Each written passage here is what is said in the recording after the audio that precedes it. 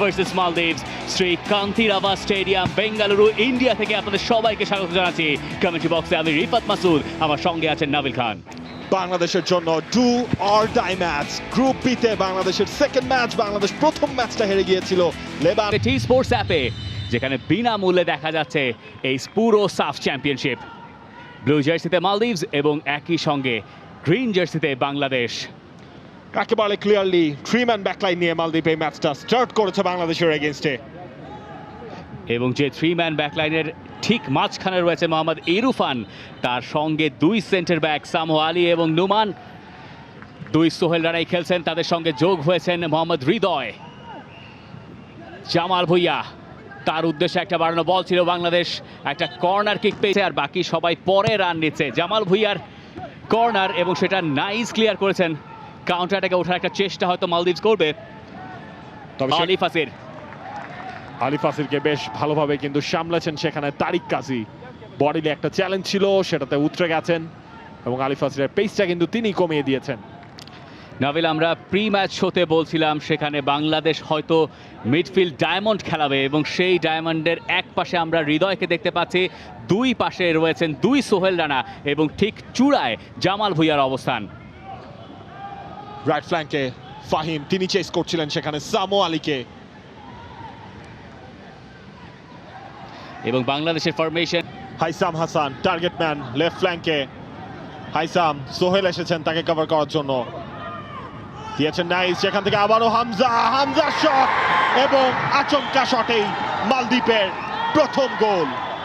One chance এবং সেটাই যথেষ্ট মালদ্বীপের জন্য। যার কথা বলছিলাম, হামজাকে বল বাংলাদেশ দিতে চাইবে না, সেই হামজাই বল পেলেন এবং বাংলাদেশের জালে ঢুকলো প্রথম গোল। পুরো ম্যাচে হয়তো এখনো পর্যন্ত বাংলাদেশই এগিয়ে ছিল, কিন্তু একটা সুযোগই যথেষ্ট হয়েছে এবং ফুটবল আসলে ঠিক এভাবেই খেলে। গোল হজম করলো, যথেষ্ট সময় আছে। আলিফ আসির যে পাসটা দিলেন হামজাকে, অনেকখানি স্পেস পেয়েছেন, কেউ ক্লোজ ডাউন করেননি, কেউ না, অনেকখানি। গোলকিপারের ভুল থেকে কিন্তু সেই সুযোগ কাজে লাগানো হলো না। জিকো বক্স ছেড়ে বেরিয়ে এসছেন এবং ভুল করে ফেলেছেন। Bangladesh under pressure, Anisur Rahman Zico under pressure.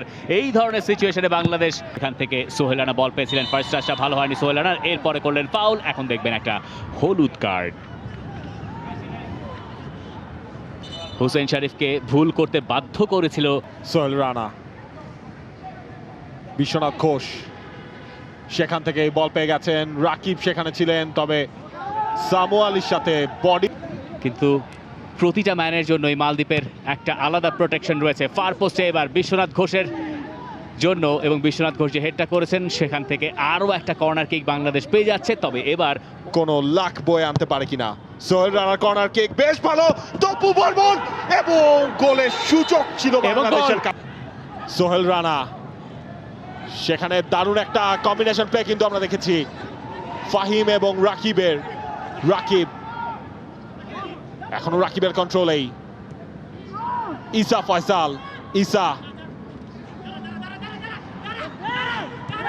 দারুণ করছে মালদ্বীপের, ডিপিংয়ে চলে যাচ্ছে, তখন সেখান থেকে আর তেমন কিছু করতে পারছে না। বিশ্বনাথ খুব দ্রুতই থ্রোইনটা নিয়েছেন। সোহেল রানার কর্নার ক্রস এবং বাংলাদেশের সমতায় ফেরা রাকিব সেই গোলটা করে অতির আগেই।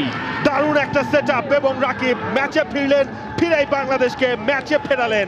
ইনজুরি থেকে ছিলেন, ইনজুরি থেকে গেল ম্যাচটায়, তিনি পরে নেমেছিলেন এবং ফাহিম এবং রাকিবের যে কম্বিনেশনটার কথা আমরা বলছিলাম খানিকক্ষণ আগে, সেটার যে একটা রেজাল্ট, আলটিমেট সেই রেজাল্টটাই বাংলাদেশ বের করলো। এবং সবকিছু শুরুটা হলো শর্ট একটা থ্রোইন থেকে। এই শর্ট থ্রোইনের পরে সোহেল রানার ক্রস এবং সেখান থেকে টপুর হেডার, পরে ফার পোস্টে একেবারে ফাঁকায় ছিলেন রাকিব। এই কথাটাই বলছিলাম, লম্বা থ্রোতে যখন কাজ হচ্ছে না, ছোট করেই থ্রোইনটা নাও না, সেই কাজটাই বিশ্বনাথ করে সেই জায়গায় তিনি তার হেডারটা প্লেস করলেন। কারণ স্কোর লাইনে এসেছে সমতা। ডিফেন্স লাইন থেকে আরো একটা লং বল পাড়িয়ে দেওয়ার রাকিব, তিনি আরো একবার ছুটছেন। ফয়সাল আহমেদ ফাহিম বক্সের মধ্যে তিনি ঢুকে গেছেন, রাকিব নিজেই ট্রাইটা করলেন। হুসেন শরীফ ছিলেন তিনি। জামাল ভুঁইয়ার আরেকটা হেডার, বল বাতাসেই ভাসছে, নেমে এলো রাকিবের কাছে। বক্সের ভেতরে জামাল ভুঁইয়া ঢুকছেন, ফয়সাল আহমেদ ফাহিমও আছেন ফার পোস্টে। রাকিব একটু বেশি বোধহয় চতুর হতে গিয়েছিলেন, লাভ হয়নি। বক্সের ভেতর দুজন ছিলেন, জামাল ভুঁইয়া, আলিফ আসির। সেখান থেকে কিন্তু বলটা উইন করলো বাংলাদেশ। দ্রুত উঠতে হবে কাউন্টার অ্যাটাক থেকে, সেই সুযোগটাই কিন্তু রয়েছে। লেফটে রয়েছেন সোহেল রানা, রাইটে ছিলেন জামাল ভুঁইয়া, রাকিব একটু স্লো করলেন। ইসা, এবং বাংলাদেশও কি সুযোগ হারালো কিনা, শেপে ফিরে গেছে মালদ্বীপ। ইসা ফয়সালের ক্রস, এবং সেখান থেকে কিছুই আর আসা সম্ভব হলো না। এখনো অবশ্য সুযোগ খানিকটা আছে। রাকিব, একটা মিস পাস, এবং কি পাস, এটার প্রশ্ন বোধহয় রাকিবকে করাই যায়। একটা দারুণ সুযোগ ছিল, একটা সময় ব্যাপারটা এমন হয়েছিল বাংলাদেশের ফুটবলের সঙ্গে। কর্নার কিক বাংলাদেশের জন্য, সেটা হয়েছে। বক্সের ভেতর জটলাও রয়েছে এবং গোলের সুযোগ বাংলাদেশের। গোল লাইন ক্লিয়ারেন্স এবং বাংলাদেশের গোল। বাংলাদেশের ম্যাচে এগিয়ে যাওয়া, বাংলাদেশ লিডে 67 মিনিটে। বাংলাদেশ 2 জানে, পিছিয়ে পড়ে জিততে জানে। দারুণ একটা কর্নার কিক, এবং সেখান থেকে একটা জটলা। তপু বর্মনের ফার্স্ট হেডারটা ছিল, এরপর তারিক কাজীর গোল লাইন ক্লিয়ারেন্স হয়েছিল। তারিক কাজী হাল ছেড়ে দেয়নি, শেষ পর্যন্ত হেডে সেটাকে দিয়ে দিয়েছেন মালদ্বীপের জালে। বাংলাদেশের 2। দুইবারের চেষ্টা, তিনবারের চেষ্টা, হাল ছাড়া যাবে না। একবার গোল লাইন ক্লিয়ারেন্স, এরপরেও হয়নি, এরপরে header. Tariq Kazi is the scorer. Bangladesh প্রথমবারের মতো এই ম্যাচে লিডে, এবং পিছিয়ে পড়া ম্যাচে এখন বাংলাদেশ।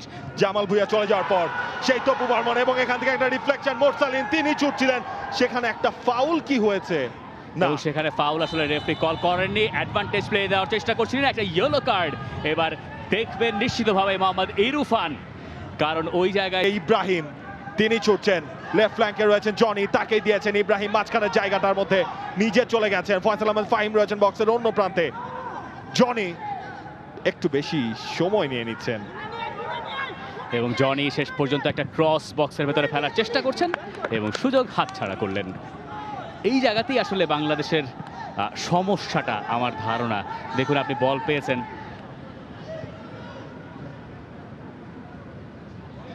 দারুণভাবে বিশ্বনাথ ঘোষ বল জিতেছেন, আরেকটা সুযোগ পেয়ে যাচ্ছেন। বিশ্বনাথ ঘোষ দিয়েছেন মোরসালিনকে, সুমন রেজা আছেন বক্সের ভেতরে। মোরসালিন একজনকে কাটিয়ে, মোরসালিনের চট, মোরসালিনের গোল। বাংলাদেশ তাদের 3 পয়েন্ট, বাংলাদেশের 3 গোল। মোরসালিনকে বাড়িয়ে দিলেন, এবং পুরো টিমের সেটআপটা দ্যাট ওয়াজ ফ্যান্টাস্টিক। দারুণ কম্পোজার, এরপরে ভালো ফিনিশিং লেফট ফুটে, আর কোনো সুযোগ নেই। এবং বাংলাদেশও সাফের 3টা পয়েন্ট বোধহয় অবশেষে নিশ্চিত করে ফেললো। যে ম্যাচে বাংলাদেশ